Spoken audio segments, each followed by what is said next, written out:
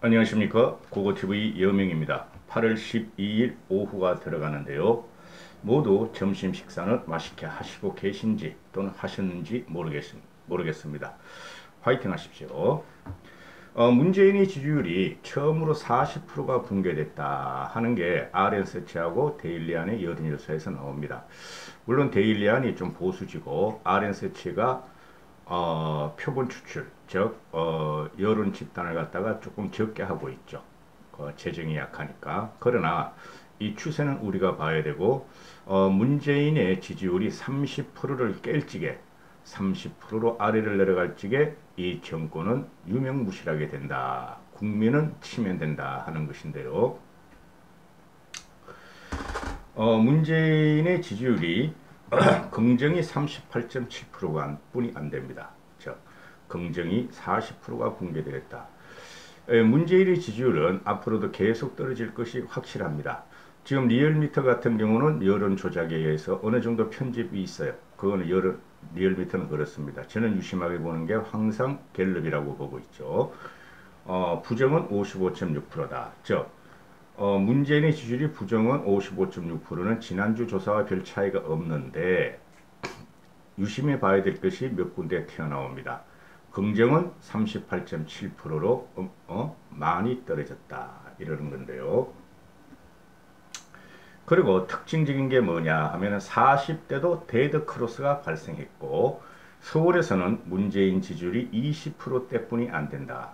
문재인의 지지율이 20%대뿐이 안 된다. 지금 리얼미터나 또는 갤럽 여론조사에 의해서 서울은 벌써 미래통합당이 더블민주당을 앞서가기 시작했죠. 그죠? 서울은 잘 아시다시피 모든 지역민, 모든 계층이 살고 있는 곳입니다. 부자도 많고 가난한 사람도 많고 그죠? 그 다음에 배운 사람도 많고 그렇지 않은 사람도 많고 호남, 영남, 충청, 경기, 인천 출생들이 모두 있는 곳이니까 서울의 여론조사 바로미터가 전국에 영향을 미친다 하시면 돼요. 40대 지지율이 크게 하락한 것을 주목해야 되는데 40대 지지율은 그것처럼 항상 그렇습니다. 문재인은 안 떠날 것이다. 40대는 노무현 플러스 문재인 빠들이다. 근데 요번에 40대들이 왜 떠나기 시작했는가? 이거 부동산 문제 때문에 그러죠. 부동산은 이 정권의 최고의 아킬레스건이다. 그래서 문재인이가 부동산 악법을 지금 수도 없이 쏟아내고 부동산 값이 안정이 되고 있다.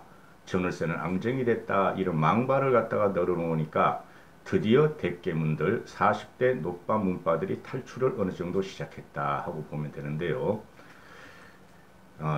이 부동산 문제는 저 같은 경우도 골치 아파요. 지금 내가 평생 동안 모아놓은 전 재산을 잃게 생겼고 그런 사람들이 한두 명이 아닐 겁니다. 40대가 처음으로 데드크로스가 발생했고 이게 여론조사상 처음이에요. 처음. 문재인 취임 이후에 40대가 문재인을 버리는 게 처음이다. 저번 주에 51.7%였던 문재인의 지지율이 43.2%로 폭락을 해버린다. 즉 8% 이상이 빠져버렸다. 8.5%가 문재인 지지를 40대에서 철회했고 부정평가는 문재인이 싫다 하는 부정평가는 46.8%에서 50%로 올랐다. 4%뿐이 안 올랐다. 즉 문재인을 지지율 처리한 8.5%가 부정평가로 들어선 게 4%뿐이 안 된다. 이런 건데 왜 그럴까? 아직도 이 대깨문의 핵심인 40대들은 문재인에게 그래도 우리의 삶을 갖다가 향상시켜주겠지, 집값을 잡아주겠지 하고 헛된 꿈을 꾸고 있다 하는 것이 제 평가고요. 또 서울에서 가장 심각한 게 서울에서 7.1%가 급락을 해서 긍정평가가 29.1%가 안 된다. 저번 주에는 약 37% 하는데 서울에서 문재인 긍정평가는 29.1%뿐이 안 되고 부정평가는 5.2%가 급등한 65.5%로 집계됐다. 서울을 잘 봐야 되죠. 서울을 보세요. 사람 3명 중에 2명, 즉 3분의 2가 사람을 싫어하고 정권을 버리면 그 정권은 끝난 거예요. 그런데 서울부터 문재인을 버리기 시작했다. 이게 뭐 윤미향 사건, 박원순 사건 이거는 핵이에요. 핵. 문재인을 버리는 핵. 윤미향, 박원순, 그리고 뭐 검찰 탄압 사건, 서울 시민들이 그래도 정치의식이 뭐 영남이, 호남이 제일 높다 그러지만 서울 시민의 정치의식이 제일 높다 보시는 게 맞아요. 서울 시민들이 윤석열 탄압 사건, 그죠? 그 다음에 문재인 부정부패 감추는 사건, 또 부동산 사건, 이런 거로 현격하게 지금 문제를 치고 있는데 부정평가 65.5%다. 그죠? 3분의 2가 넘어간다, 부정평가가. 그럼 이 정권은 이제 몰락의 길로 들어갔다 하시면 돼요. 광장을 비워라. 광장을 아스팔트 정광훈 세력들, 유튜브 세력, 우파 유튜브 세력들이 더 이상 광장을 얼씬거리지 말고 8.15 대집회 같은 경우는 되지도 않을 것이고 그 사람을 안 모여요. 일반 시민이 나가게 하라. 일반 시민이. 이 정권을 치고 싶은 일반 시민들의 욕망이 욕구가 꿈틀대고 있다. 생활의 피폐를 받는 일반 시민이 나가게 하라. 이게 보면 말이죠. 문재인이가 2017년 5월달에 취임한 이후로 최저치예요. 최저치. 문재인 지지율이 38.7%가 나온 게. 이게 뭐 80%까지 갔었잖아요. 그죠? 85%까지 갔잖아. 38%면은 얼마나 떨어져서 50%가 떨어졌잖아요. 3분의 2가 문재인 지지를 철회하고 있는 현상이 지금 나오는 거예요. 누구에 의해서? 우파 참칭 우파 유튜버 세력, 돈벌이 세력에 의해서 그렇게 되는 게 아니고 일반 시민의 공기에 의해서, 일반 시민의 민심에 의해서 지금 문재인을 칠 준비를 시작하고 있다. 끝났다. 이렇게 하는 것이죠. 응? 이유를 갖다 대지 않으면 돼요. 그냥 싫은 거야. 이제부터는 문재인의 지지율이 30% 이하로 떨어지잖아요. 그럼 그냥 싫은 거야. 문재인이 싫고 문재인 정권이 싫은 거야. 그럼 그 정권은 레임덕이 아니라 끝났다 보시면 돼요. 30%에서 40% 깔짝깔짝 올라가려고 그래도 결국에는 30%로 떨어지고 20%로 떨어지고 종국에는 5% 10%까지 떨어질 것이라고 저는 봐요. 진짜입니다. 합리적인 지성과 고고티브를 믿으세요. 응? 그래서 이게 처음으로 38.7%가 나왔는데 이거는 문재인 취임 이후에 최저치다. 앞으로 최저치는 더 경신이 될 것이다. 이런 거죠. 근데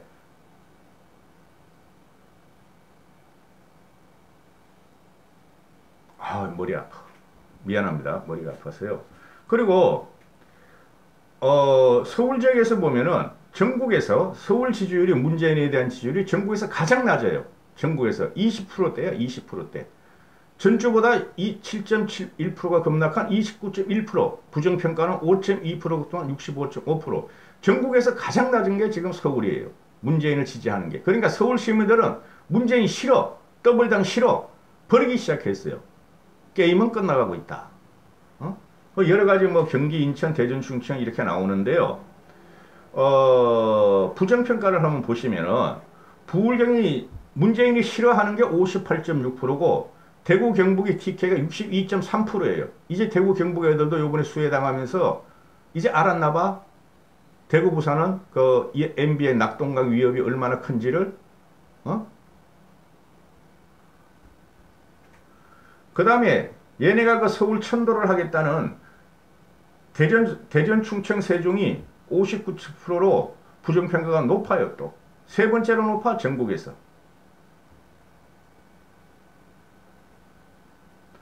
또 연령층을 보면은 이거는 좀 봐야 되는데, 연령층은 20대가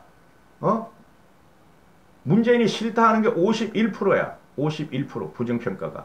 30대는 56%야. 50대는 60%야. 그 다음 60세 이상은 58.5%야. 부정평가가 그 40대는 얼마였죠? 40대는 50%야. 그러니까 20대부터 60대, 70대, 80대가 전 연령층에서 문재인이 싫다 하는 게 50%가 넘어버려. 50%가.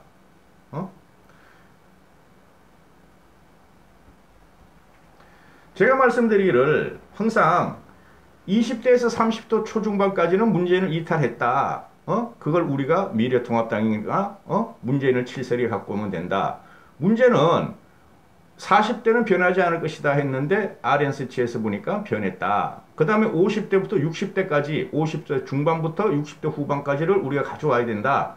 그 사람들이 산업화를 통해서 민주화 과정을 겪었고, 박정희, 전두환 정권의 군사 정권을 타파하려고 그랬었던 사람인데, 미래통합당을 요번에 4.15 총선에 지지하지 않고 다 더블당으로 밀었는데, 이 사람들이 정신을 차려서 문재인의 부정평가가 60% 이상이 가기 시작했다.